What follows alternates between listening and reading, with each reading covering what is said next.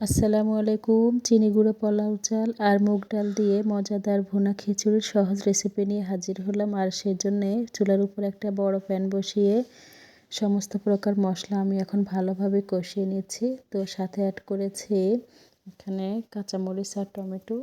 তো মশলাটা ভালোভাবে কষিয়ে নেওয়ার পর এখন দিয়ে দিচ্ছি চাল এবং ডাল। আর এই ডালগুলিকে আমি আগে থেকেই ভেজে নিয়েছি। তো এই তো এখন খুব সুন্দরভাবে নেড়ে চেড়ে দিচ্ছি। আর চাল ডালটা খুব নেড়ে চেড়ে এবার আমি চাল ডালের মধ্যে ফুটন্ত গরম পানি ব্যবহার করব। যতটুকু চাল ডাল তার ডাবল দিব পানি। তো এই তো এখন খুব সুন্দরভাবে নাড়া হয়ে গিয়েছে। এখন পানি দিয়ে দিয়েছি, দেখুন পানিটা দিয়েও আবারও খুব ভালোভাবে নেড়ে চেড়ে দিচ্ছি।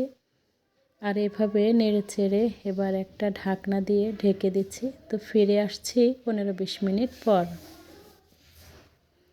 তো ভিউয়ার্স 15-20 মিনিট পর এই যে দেখুন আমার খিচুড়িটা কিন্তু হয়ে গিয়েছে। এখন আমি লাস্ট ফিনিশিংয়ে ঘি আর ধনেপাতাটা অ্যাড করছি। তো এই তো সহজ রেসিপিটা কেমন লাগলো অবশ্যই কমেন্টসে জানাবেন। সবাই ভালো থাকবেন। আজকের ভিডিও পর্যন্তই। আল্লাহ হাফেজ।